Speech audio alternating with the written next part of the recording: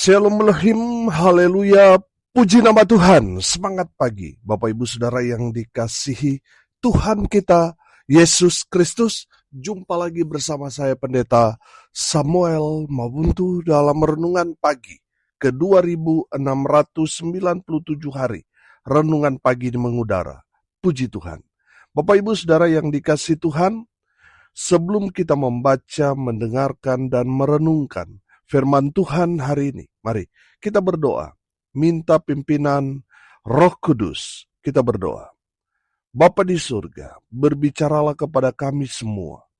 Pakai firman Tuhan ini untuk menegur kami, menasihati kami, meneguhkan iman percaya kami, dan memberkati kami semua. Di dalam nama Tuhan Yesus yang adalah firman Allah yang hidup, kami berdoa.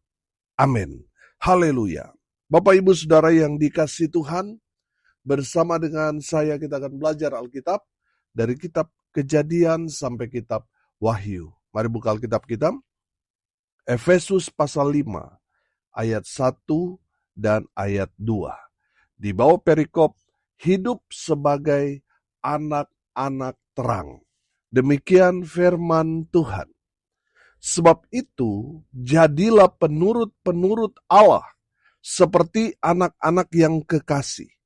Dan hiduplah di dalam kasih, sebagaimana Kristus Yesus juga telah mengasihi kamu dan telah menyerahkan dirinya untuk kita sebagai persembahan dan korban yang harum bagi Allah. Amin. Haleluya. Bapak Ibu Saudara yang diberkati Tuhan, dari kebenaran firman Tuhan ini, Rasul Paulus mau mengingatkan kepada jemaat Tuhan yang sudah mengalami Tuhan, yang sudah lahir baru, yang sudah menjadi manusia baru. Jadilah pribadi-pribadi sama seperti Kristus Yesus Tuhan. Amin. Saudara, dari pesan Rasul Paulus beberapa hari kita belajar bahwa orang-orang percaya harus berbeda dengan orang-orang dunia. Jangan sampai kita sama hidup kita dengan orang-orang dunia. Masih hidup dalam dosa, masih melakukan hal-hal yang jahat. Saudara, kita harus berbeda. Karena kita sudah percaya kepada Tuhan Yesus. Kita yang diadopsi Allah menjadi anak-anak Allah, hidup kita sudah seharusnya beda dengan orang-orang dunia pada umumnya. Hidup kita harus jadi terang kasih Kristus di tengah-tengah dunia yang gelap ini. Amin. Sehingga kehidupan kita, orang percaya, benar-benar jadi berkat. Karena kita berbeda dengan mereka yang tidak mengenal Allah. Bapak Ibu Saudara yang dikasihi Tuhan, karena kita semua orang-orang percaya, anak-anak Allah, sudah seharusnya kita hidup sebagai seorang yang taat pada firman. Amin. Sudah perhatikan ayat 1. Sebab itu jadilah penurut-penurut Allah seperti anak-anak yang kekasih. Saudara, dari firman Tuhan ini kita dapat menangkap bahwa Tuhan senang kalau kita anak-anak Tuhan hidup sebagai pribadi-pribadi yang taat. Amin. Saudara, Tuhan senang kalau saudara dengar-dengaran pada firman Tuhan. Saudara, Tuhan senang kalau saudara hidup dalam ketaatan. Tuhan senang. Kalau Tuhan sudah senang, saudara, oh haleluya. Apa sih yang menjadi permintaan saudara yang tidak Tuhan akan genapi? Kalau saudara hidup dalam ketaatan pada firman, apa yang saudara doakan, mimpikan, inginkan, sudah pasti Tuhan akan berikan kepada saudara dan saya. Kenapa? Karena kita menyenangkan hati Tuhan dengan hidup dalam ketaatan. Bapak, Ibu, Saudara, kalau kita punya anak, apa yang kita perintahkan mereka kerjakan, pasti kita sebagai orang tua senang. Betul? Saudara, kalau anak-anak kita melakukan apa yang kita perintahkan, kita pasti akan memberi mereka hadiah. Karena apa? Karena mereka tunduk, patuh, taat pada apa yang kita perintahkan. Kalau sebaliknya, apa yang kita perintahkan mereka tidak kerjakan, pasti mereka akan kena hukuman. Demikian juga saudara dan saya.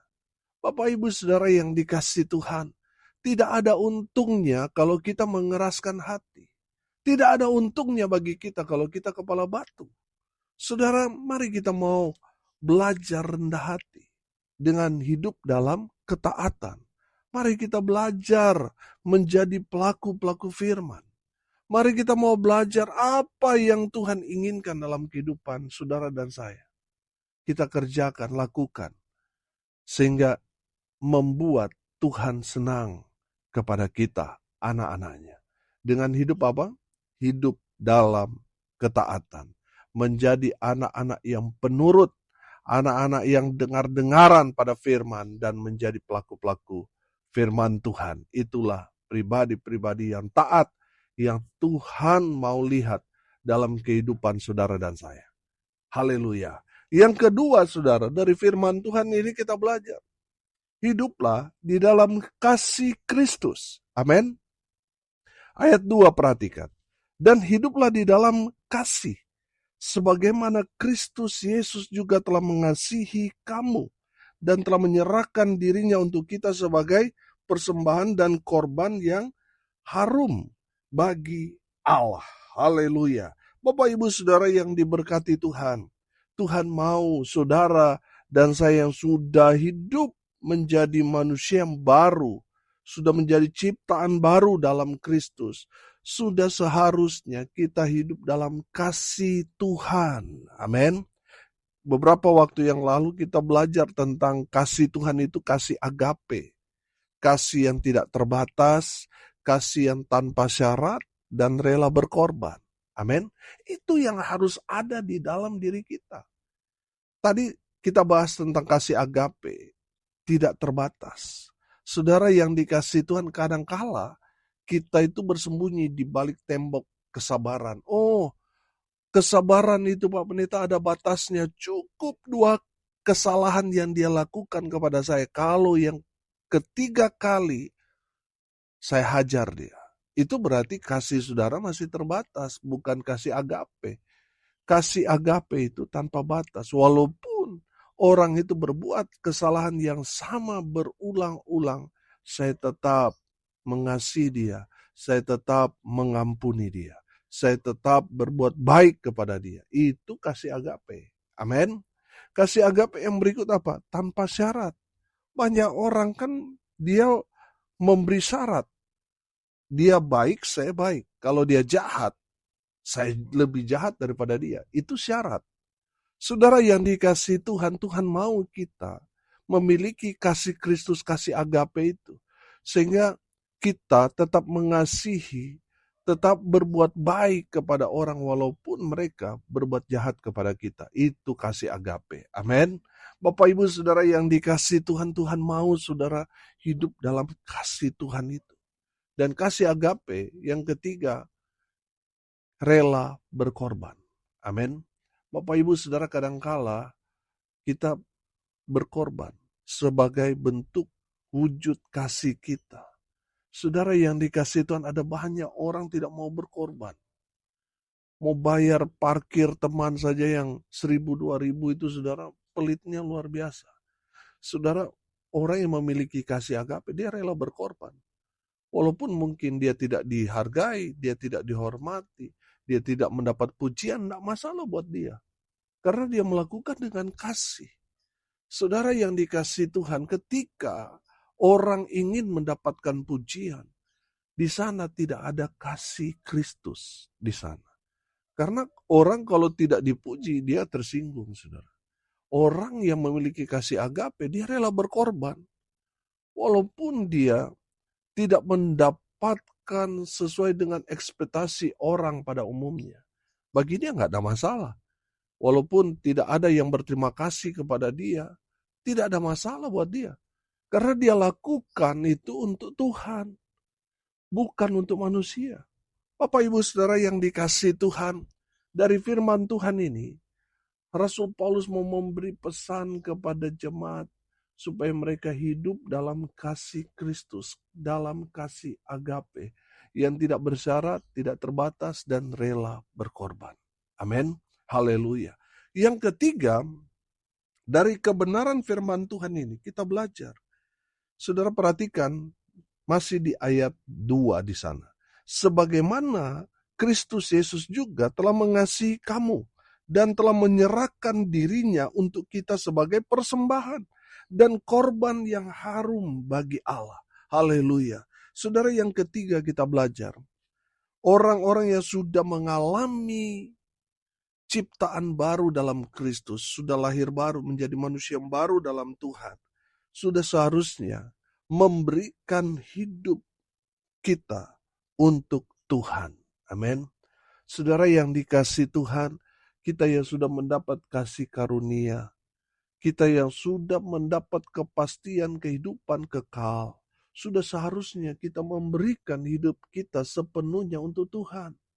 Saudara, mari kita melayani Tuhan. Melayani Tuhan itu adalah satu kehormatan, satu kebanggaan buat kita. Dapat melayani Raja di atas segala raja. Saudara yang dikasih Tuhan, melayani Tuhan itu satu kebanggaan, bukan satu kemalangan.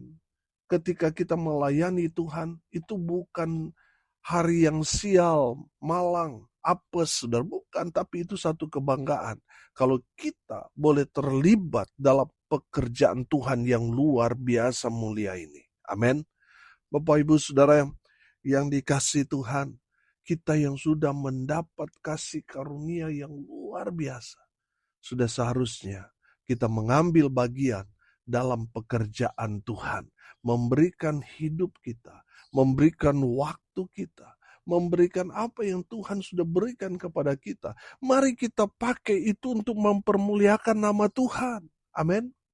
Bapak Ibu Saudara yang diberkati Tuhan, ada banyak sekali orang yang sudah mendapat kasih karunia Tuhan tapi lupa diri. Saudara, kita diberkati untuk jadi berkat. Amin. Saudara yang dikasih Tuhan, Tuhan mau saudara jadi jawaban bagi dunia ini. Mari saudara yang dikasih Tuhan, terlibat dalam pekerjaan Tuhan. Memang terlibat dalam pekerjaan Tuhan ini dalam arti saudara, mari aktif melayani Tuhan di tengah-tengah jemaat, di gereja, di mana saudara berjemaat. Jadilah orang-orang yang terlibat dalam pekerjaan Tuhan, yang menopang pelayanan, yang memiliki hati untuk memajukan pekerjaan Tuhan di gereja saudara. Jangan diam. Saudara punya talenta, Tuhan akan minta pertanggungjawaban nanti. Apakah saudara gunakan talenta itu untuk mempermuliakan Tuhan atau tidak? Saudara yang sudah diberkati, nanti Tuhan minta pertanggungjawaban kepada saudara. Apakah saudara sudah jadi berkat apa belum? Bapak Ibu Saudara yang dikasih Tuhan, mari kita semua ambil bagian dalam pekerjaan Tuhan ini. Karena firman Tuhan sudah jelas saudara, bahwa pekerja itu sedikit, padahal tuayan begitu banyak. Saudara yang dikasih Tuhan, mari kita jangan cuma jadi penonton. Jangan cuma jadi jemaat yang hanya sekedar terdaftar di gereja. Mari kita semua aktif terlibat dalam pekerjaan Tuhan yang mulia ini. Dan nanti saudara akan lihat dampaknya luar biasa dalam kehidupan saudara. Saudara akan diberkati Tuhan dengan dahsyat, hebat, luar biasa, lebih lagi. Karena apa? Saudara melayani Tuhan, Raja di atas segala raja. Saudara mari beri waktu saudara.